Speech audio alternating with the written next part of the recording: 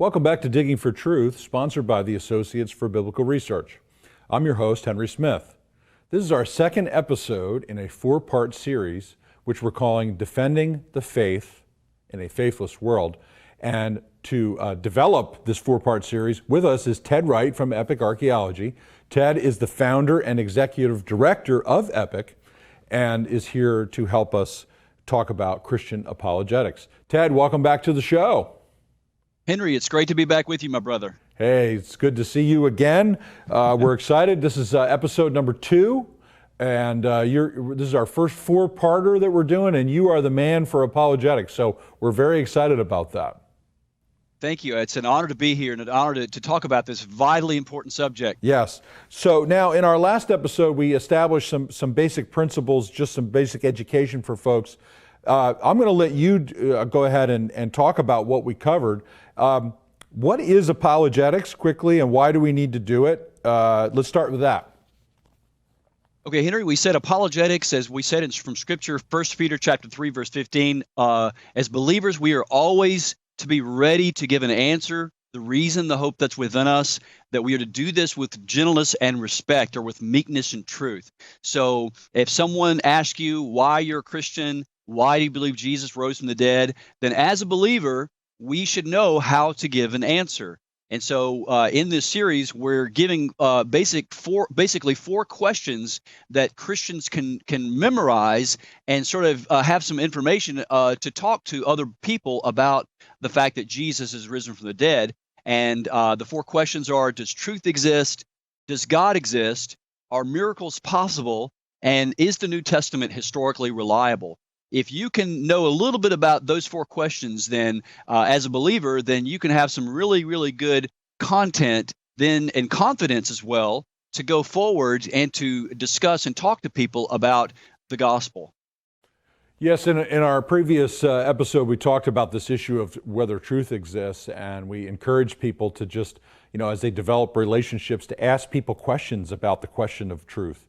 About when they claim that truth doesn't exist, well, how do you know that's true? And just sort of probing and taking your time, developing a relationship with somebody and asking questions is a big part of what we want to encourage people to do. And we encourage people to go back and watch that episode, please. Now, Ted, so this may sound like almost a silly question for people who are regular viewers of this show.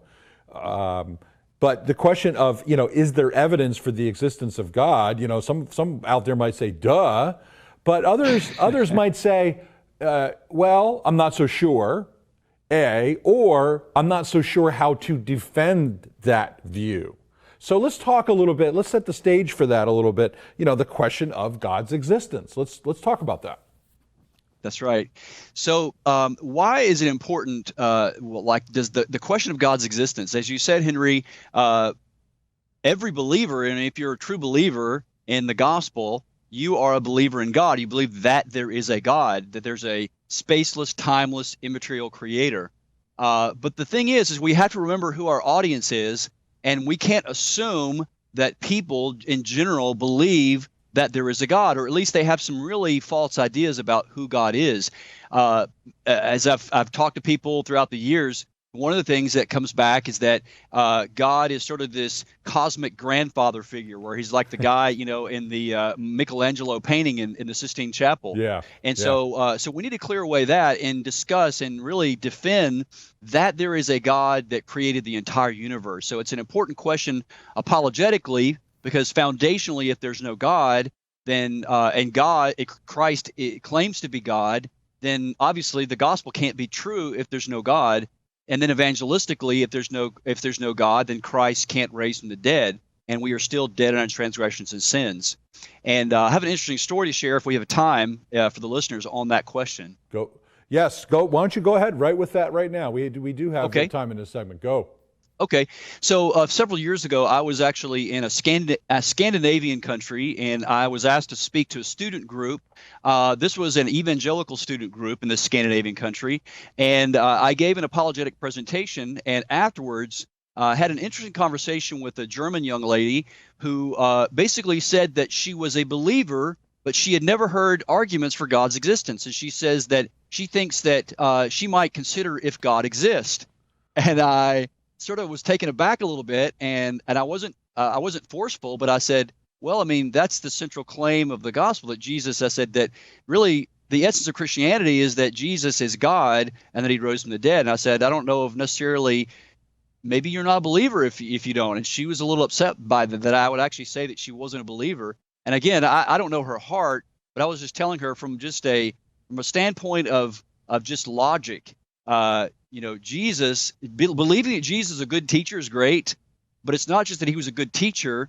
He was God incarnate. That's what he claimed to be. Yeah. So the question of God's existence is an important apologetic question that we need as believers to know how to give good reasons for.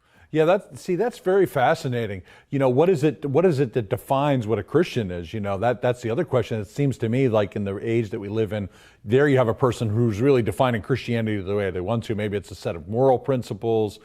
I like this Jesus guy because he says this, and that, although often that entails ignoring the other hard teachings of Jesus, like, the woes to the Pharisees or the doctrine of hell or something like that, the hard teachings of Jesus. But, we never know when we're engaging with someone where they're truly at. And that's a great example of it. That's right. You never know, and you don't want to assume that. So throughout the years, I've actually told my apologetic students in seminary that when you are talking with a friend about the gospel, you can't assume where they are philosophically. You can't assume that they believe in God or that their understanding of God is your understanding of God. So you want to clarify the terms, and you want to lay out the case that there is a spaceless, timeless, immaterial, all-powerful, all-knowing, all-wise creator God, and that he created the universe, and that he came down to earth in the form of a human being in the incarnation in Jesus Christ. And so that's the core issue that we believe as Christians, and of course that Jesus rose from the dead. Yeah, that's good. Now, in our next segment, Ted, we're gonna set the stage because we're going to talk about some scripture passages. We're not going to develop them now, but in our next segment, Psalm 19, Romans 1, and Romans 2, which tell us effectively that every person that we encounter already has the knowledge of God.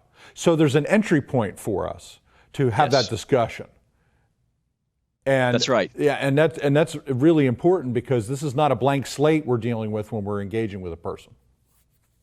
That's right. That's exactly right, Henry. Yes. So, folks, we are going to do that in our next segment because not only does we know that God exists as a foundational, as a reality, but also as a foundational principle in terms of an argument that we want to make to bring people to the knowledge of Christ. And with that in mind, we'll be right back after this message.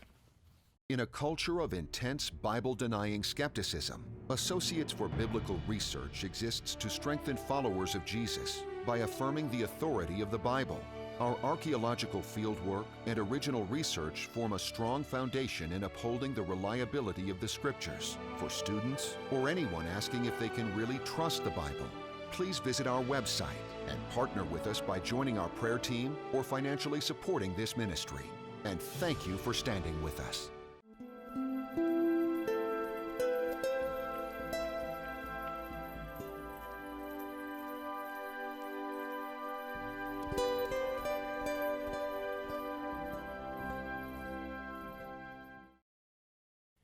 Hi, welcome back to Digging for Truth. I'm your co-host Henry Smith, and I'm here with Ted Wright of Epic Archaeology. We're doing a 4-part apologetic series, and in this episode we're talking about the evidence for the existence of God. So Ted, we left off our last segment briefly talking about how the Bible tells us that the person we encounter already has knowledge of God. They already know him in some sense of the word. Let's develop that a little bit because that's a key component of the apologetic challenge. That's right, Henry. So I'd like to share 3 scriptures that actually dovetail with 3 philosophical arguments, really, that we'll talk about. If we have time to get to all 3, we'll do that. But we're definitely going to talk about 2 for sure. And these scriptures are, keep in mind, these were written minimally 2,000 years ago. One of them was written potentially 3,000 years ago. The first one I want to mention is Psalm 19. which is, of course, in the Old Testament. And it essentially says, the heavens declare the glory of God, and the heavens proclaim his glory. And this is basically saying that when you look at the stars and the galaxies, there is the knowledge of God. In fact, the passage goes on to say, there is no place on earth where their voice is not heard. Their voice goes out to the ends of the earth. And he's talking there about the stars and the galaxies. And he's talking about a voice, like they're speaking something. Well, what are they saying? What are the stars saying? The stars and the galaxies are saying that God exists and that there's this great, powerful, glorious God that created the universe. And then Paul picks up on this in Romans chapter 1, verses 18 through 23. It says, since the creation of the world, he says, God's invisible qualities, his eternal power, and his divine nature have been clearly revealed or clearly seen in creation, so that men are without excuse. So again, Paul is writing this 2,000 years ago to the Church of Rome, and he's saying that ever since God created the world, his invisible qualities, his eternal power, and his divine nature have been clearly seen from things that have been made. But he says that men suppress that truth in unrighteousness. In other words, the knowledge gets through, but it is suppressed knowledge. And so they know it, but they don't really like it. And then and then the third one, Paul continues on in chapter 2, Romans chapter 2, verses 12 through 14. And he's talking here primarily to the Church of Rome that was composed of both Jewish and Gentile, primarily Greek and Roman believers. And he's addressing now the Gentiles. And he says the Gentiles who don't have the Torah, they don't have the Ten Commandments, they've never been given, these commandments like, have no other gods before me, don't murder, don't commit adultery. They don't have that. But yet Paul says in Romans 2, yet they have the law, the Torah, written on their hearts, their conscience bearing witness to them. And so this idea of a conscience, if you look at the English word conscience, it's really composed of two parts: science, with knowledge. The knowledge of what? The knowledge of right and wrong. There's this moral law planted in the heart of everybody. Everyone knows the moral law, but of course not everyone follows the moral law. But that's not the point. The point of the moral law is that it's in the heart and it's there with everyone. Everyone has this innate sense of right and wrong. Yeah, it's unbelievable how Paul develops that argument. And this in Romans 1 and 2, and I'd like to focus on that a little bit, Ted. Sure. The moral dimension of the law. But let's go back to Romans 1 because it's interesting. When you say about the divine nature and power, the Greek word there is theotes. And a way you might translate it is literally is God's godness is clearly revealed. So all the attributes of God are shown in creation. Now people don't have a conscious recognition of every attribute all the time, but they're always being oppressed from within and without about some of the attributes of God at every point of what they do in their life. And this is important because we want to get in there and sort of stir that so that they recognize that outwardly. That's right. And that's what apologetics arguments are for. And here, let me just point out that whenever I use the word argument, I don't mean necessarily argumentative or divisive. What I mean is, everyone uses arguments all the time. If a little boy is hungry and he wants a sandwich, he's going to try to convince his mom to make him a sandwich. He's using apology. He's using an argument or using reasons. So we use it in different levels. But when it comes to the case of Christianity, we want to lay out the case for why we believe that Christianity is true. And one of the key parts of that is that we believe that there is a God and that God does exist. Yeah, and this is no mere generic deity that people have knowledge of either. That's what Paul is saying very clearly there.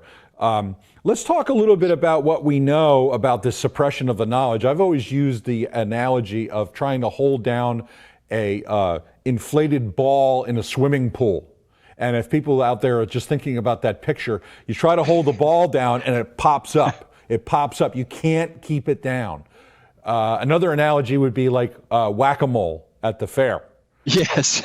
Just trying to pound out and the knowledge of God just keeps popping up. Sorry about the analogies, but comment on that if you will.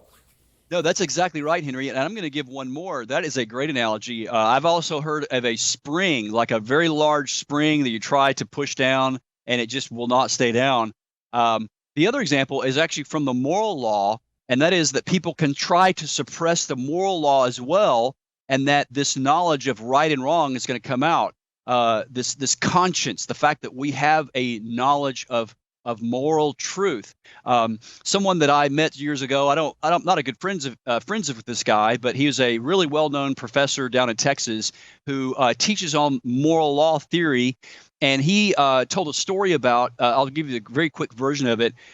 He was actually giving a lecture, and now the lecture wasn't against abortion, but it was about the legality of abortion. And he was merely in the class. There was a classroom full of people. He said about 90 students. And he was in the process of the lecture. He was merely describing what happens in an abortion. He even described partial birth abortion. And again, he was very calmly, he wasn't speaking out against it at that point. He was just describing it. Yes. And he said in the middle of the class, a girl got up, screamed to the top of her lungs, and stormed out of the class. As it turns out, he found out later that she had multiple abortions. And his point in telling that story was that the moral law in her heart, her conscience, she had multiple abortions, not just one. She had several abortions. So as he's merely describing, she's thinking about what she had done, and her conscience was really, it had to go somewhere. So she just erupted in the class and stormed out of the class. Yes. So if people can say, well, no, that's all, morality is all just learned. No, it's actually innate. It's in the heart. Yeah, and that's what our founding fathers believed, that we believe in self-evident truths as Americans. And so this whole idea about the moral law is very powerful. Yeah, we can appeal to that. And with that thought, sobering thought, but a thought nonetheless that we should reflect on, we'll be right back. Bible in Spade is a non-technical quarterly publication published by the Associates for Biblical Research. Written from a scholarly and conservative viewpoint, Bible in Spade supports the inerrancy of the biblical record and is a must-read for both the serious Bible student and anyone asking if they can really trust the Bible. Archaeological evidence, properly interpreted, upholding the history of the Bible. Subscribe today at BibleArchaeology.org.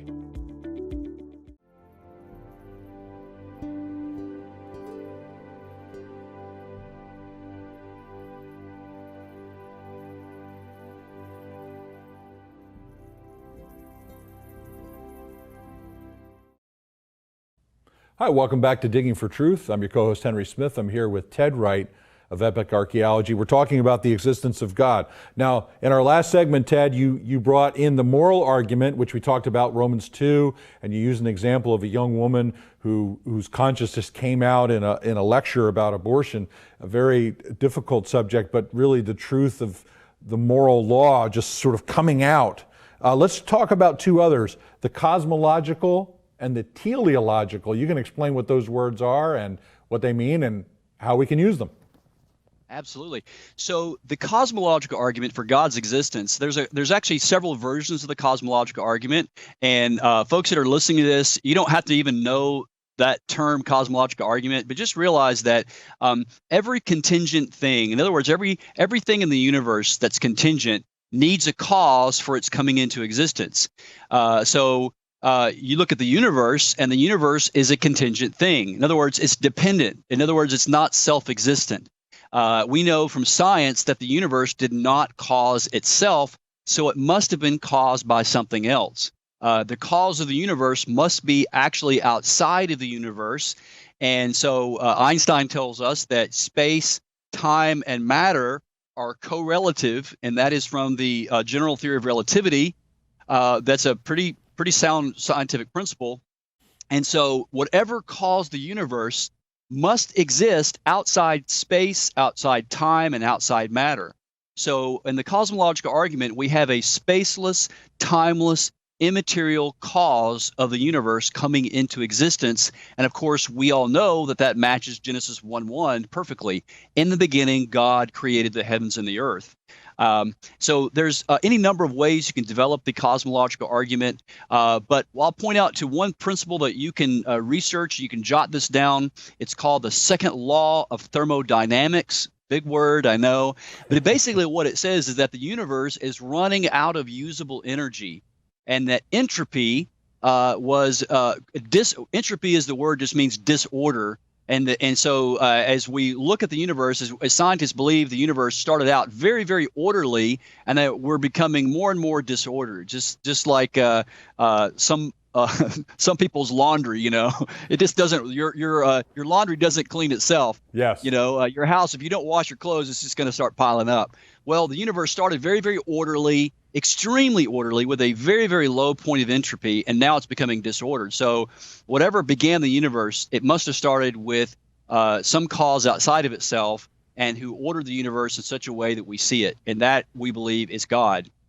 Yeah, the running down of energy too is probably indication of the fall. That the universe is decaying, as it were, and it has limited energy, which means it also has to have a point of origin of time. It didn't exist at some point, and so to your point, the only way you can explain that is by an eternal cause.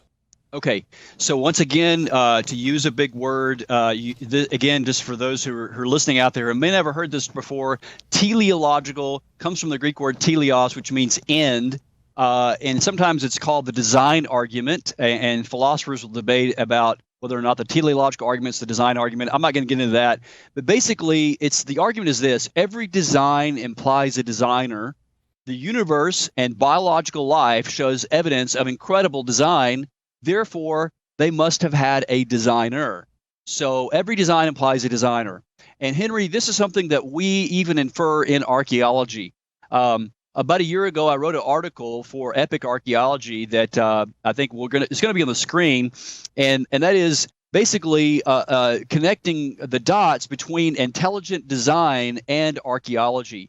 Several years ago, many years ago now, actually, Greek sponge divers off the coast of the Mediterranean actually found this really incredible clump of metal. They didn't know what it was, but they knew it was really important. It was on an ancient shipwreck. As it turns out, this thing dates back to like 2,000 years ago.